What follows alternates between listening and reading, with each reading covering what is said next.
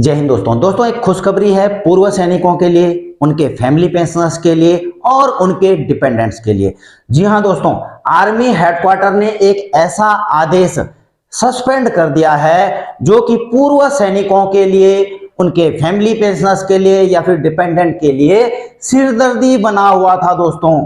अब आपको इस पे कोई चिंता करने की बात नहीं है। जी हां दोस्तों, वो आदेश क्या था जिसके पीछे जो है काफी पूर्व सैनिक परेशान हो रहे थे।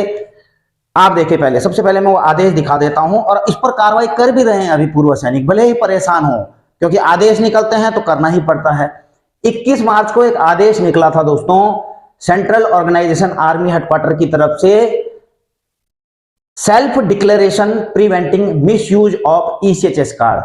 जी हां दोस्तों, ईसीएचएस कार्ड के जो बेनिफिशियरीज हैं उनका जो प्राइमरी बेनिफिशियरी है उनको एक सेल्फ डिक्लेरेशन देना था अपने ओआईसी पॉलीक्लिनिक में, ताकि जो ईसीएचएस के कार्ड हैं उनका दुरुपयोग ना हो। अपना भी डिक्लेरेशन देना था और अपने डिपेंडेंट का भी, जो ईसीएचएस के बेनिफिशियरी थे। और उसमें क्या देना था दोस्तों, मैं आपको आगे ये वाला डिक्लेरेशन आपको दिखा दूंगा। और यह देना था दोस्तों 30 जून 2025 तक। और ये सभी के लिए था दोस्तों, जो भी ईसीएचएस के बेनिफिशियरी थे तो उनका प्राइमरी बेनिफिशियरी को इसको देना था। और ये था दोस्तों वो डिक्लेरेशन। और इसमें लिखा हुआ क्या था, मैं आपको मेन चीज बता देता हूं कि मैं गंभीरता से पुष्टि करता हूं और घोषणा करता हूं कि यदि मेरे और मेरे आश्रितों को मेरे खातों पर जारी किया गया कोई भी ईसीएचएस सदस्यता कार्ड का दुरुपयोग या किसी अनअधिकृत व्यक्ति द्वारा उपयोग किया जाता है तो मेरी सदस्यता बिना किसी नोटिस या आगे की सुनवाई के रद्द कर दी जाए। इसके अलावा मैं अपना योगदान जब्त कर लूंगा और ऐसे अनधिकृत दावों पर किए व्यय की पूरी लागत का भुगतान करूंगा। मैं ईसीएचएस संगठन द्वारा कानूनी कार्रवाई के लिए भी उत्तरदायी रहूंगा। देखिए दोस्तों, कितना कठोर चीज लेकर के आए थे कि सेल्फ डिक्लेरेशन हम दे रहे हैं, ईसीएचएस के बेनिफिशियरी दे रहे हैं कि जी मैं इस चीज की घोषणा करता हूं कि मेरे जो डिपेंडेंट या फिर जो मैं हूं, मेरे ईसीएचएस कार्ड का दुरुपयोग कहीं नहीं होगा, किसी अन्य व्यक्ति के द्वारा नहीं किया जाएगा। अगर ऐसा होता हुआ पाया जाता है तो मेरी और मेरे पूरे डिपेंडेंट्स की जो ईसीएचएस की सदस्यता है उसको कैंसिल कर दिया जाए और बिना किसी नोटिस के, और इवन की ईसीएचएस संगठन के द्वारा कानूनी कार्रवाई भी मेरे ऊपर की जा सकती है। इस प्रकार का ईसीएचएस के बेनिफिशियरी ने दोस्तों वहां पर जाकर के डिक्लेरेशन देना था। अब देखिए दोस्तों, है ना टेंशन की बात, एक हैरेसमेंट वाली बात, क्योंकि दोस्तों देखिए ईसीएचएस ने इन सब चीजों से निपटने के लिए ऑलरेडी इतने सारे आदेश जारी किए हुए हैं, इतने सारी जो है कार्रवाइयां चल रही थी।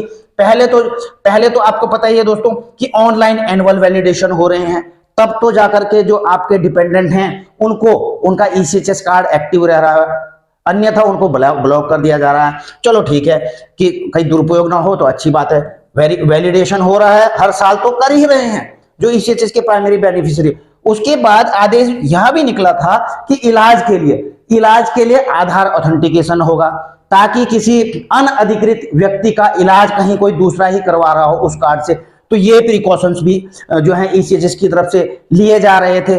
लेकिन इतने सारे लिए जाने के बावजूद भी दोस्तों अब जो है एक सेल्फ डिक्लेरेशन भी मांगा गया जो ईसीएचएस के बेनिफिशियरी की, जी हमको लिख के दो ताकि हम बिना किसी नोटिस के आपका सदस्यता ही जो है कैंसिल कर दें, आप पर कानूनी कार्रवाई। तो एक तरह से अब देखिए दो चीजें हैं इसमें, एक तो इससे जो ईसीएचएस के बेनिफिशियरी थे उनके चक्कर, अब ये लगा लीजिए दोस्तों ईसीएचएस के बेनिफिशियरी कितने होंगे, कम से कम मैं लगाऊं कि अगर डिफेंस की बात करूं तो केवल प्राइमरी बेनिफिशियरी की बात करूंगा तो 25, 26, 27 लाख तो होंगे ही होंगे, 27, 28 लाख।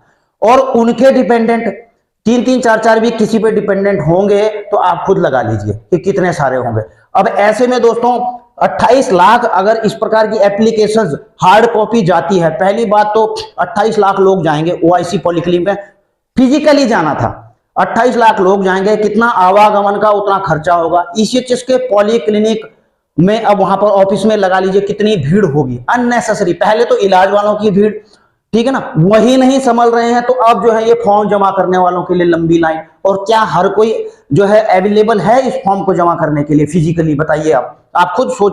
और कितना खर्चा इसको प्रिंट करने में, आने जाने में, पता नहीं कितना खर्चा वैसे ही हो जाता है इसको देने में। ठीक है ना, तो जो भी है दोस्तों, तो मुझे तो खुद भी यह सही नहीं लग रहा था, लेकिन कुल मिलाकर के कुछ सोचा होगा बड़े अधिकारियों ने।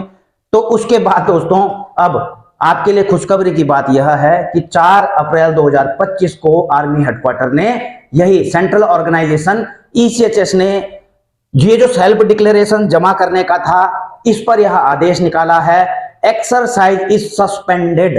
जो हमने आदेश दिया था ये वाला, आप ये लेटर ने रेफरेंस दे सकते हैं, लेटर नंबर ये सेम 21 मार्च का, यही मैंने आपको बताया 21 मार्च का लेटर नंबर ये वाला, आप इसको चेक कर सकते हैं। इसमें क्या लिखा है, और दूसरा भी लेटर निकाला था इन्होंने पहले 2 अप्रैल 25 को। तो the self declaration by primary beneficiary promulgated by AM letter has been suspended. यानी कि जो एबो मेंशन्ड लेटर हैं ये वाले सेल्फ डिक्लेरेशन देने वाले, हैज बीन सस्पेंडेड, इनको सस्पेंड कर दिया गया है। Form submitted till 5 April 2025 and those which continue to be submitted despite the suspension will be accepted by OIC PC record। देखिए दोस्तों, इसलिए मैं कहता हूं हमारी वीडियोज को आप शेयर करिए ताकि लोग अब ज्यादा परेशान ना हो।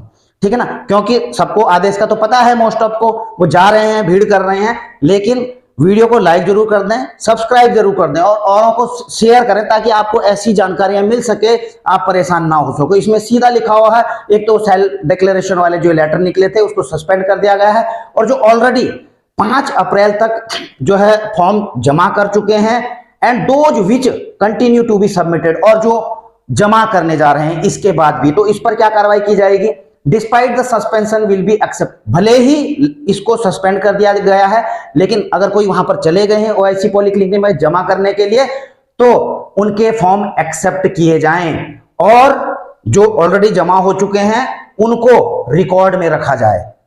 आप समझ रहे हैं बात को? ऐसा नहीं कि अब हो गया, अब कोई जरूरत नहीं है। अगर कोई चला ही गया है तो उनके फॉर्म जमा होंगे, लेकिन उनको रिकॉर्ड में रखे जाएगा ओआईसी पॉलिक्लिनिक के। ठीक है, और जिन्होंने नहीं किया है तो अब उनको परेशान होने की जरूरत नहीं है। तो दोस्तों यही खबर थी आपके लिए। आपको ऐसी खबरें अच्छी लगती हों जिससे आपको थोड़ा चैन मिल सके, तो मुझे पता है काफी लोगों को चैन मिलेगा, क्योंकि कई लोग परेशान हो रहे थे यार, कि मैंने देखा था, मैंने हालांकि इस पर वीडियो नहीं बनाई थी, लेकिन कुछ कमेंट देखे थे वीडियो में, बड़े परेशान हो रहे थे। और होना भी दोस्तों है कि इतने सारे, मैं आपको बोलता रहा हूँ, इतने सारे आदेश निकलने के बावजूद भी, ताकि कोई किसी ईसीएचएस के इलाज में कोई फ्रॉडबाजी ना हो, ये सारी चीजें जब कार्रवाइयां चल रही, तो ऐसे में अब सेल्फ डिक्लेरेशन लेने की जरूरत क्या है?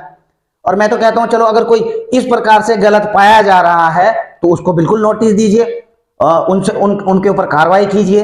लेकिन इस प्रकार से सभी उसके पीछे, अब कितने, अगर कहीं पर फ्रॉड से इलाज होता भी होगा तो कितना % होता होगा? मुझे वैसे तो लगता नहीं है, लेकिन कहीं पर होता भी होगा, 1-8% मैं मान सकता हूं कि हो सकता है कि कोई ज्यादा ही तेज बन रहा हो, तो वहां पर ये इस प्रकार की कोई कार्रवाई कर रहा हो, तो 1% के पीछे लाखों पेंशनर्स को, जो डिफेंस पेंशनर्स हैं, जो ईसीएचएस के बेनिफिशियरी हैं, क्या उनको इतना ज्यादा परेशान होना पड़ेगा? मुझे नहीं लगता। यह होना चाहिए था, और इस चीज को अब सस्पेंड कर दिया गया है। बाकी दोस्तों वीडियो अच्छी लगी हो तो इसे लाइक शेयर कर सकते हैं। चैनल में नए हैं तो चैनल को सब्सक्राइब करके बेल आइकन का घंटा दबा सकते हैं, और वीडियो को शेयर जरूर कर दीजिएगा दोस्तों, ताकि अब अन्य जो ईसीएचएस के बेनिफिशियरी हैं वो दर दर ना भटकते रहें। ठीक है, वीडियो यहीं पर करता हूं समाप्त। जल्द मिलेंगे नई वीडियो में नई जानकारी के साथ। जय हिंद, वंदे मातरम।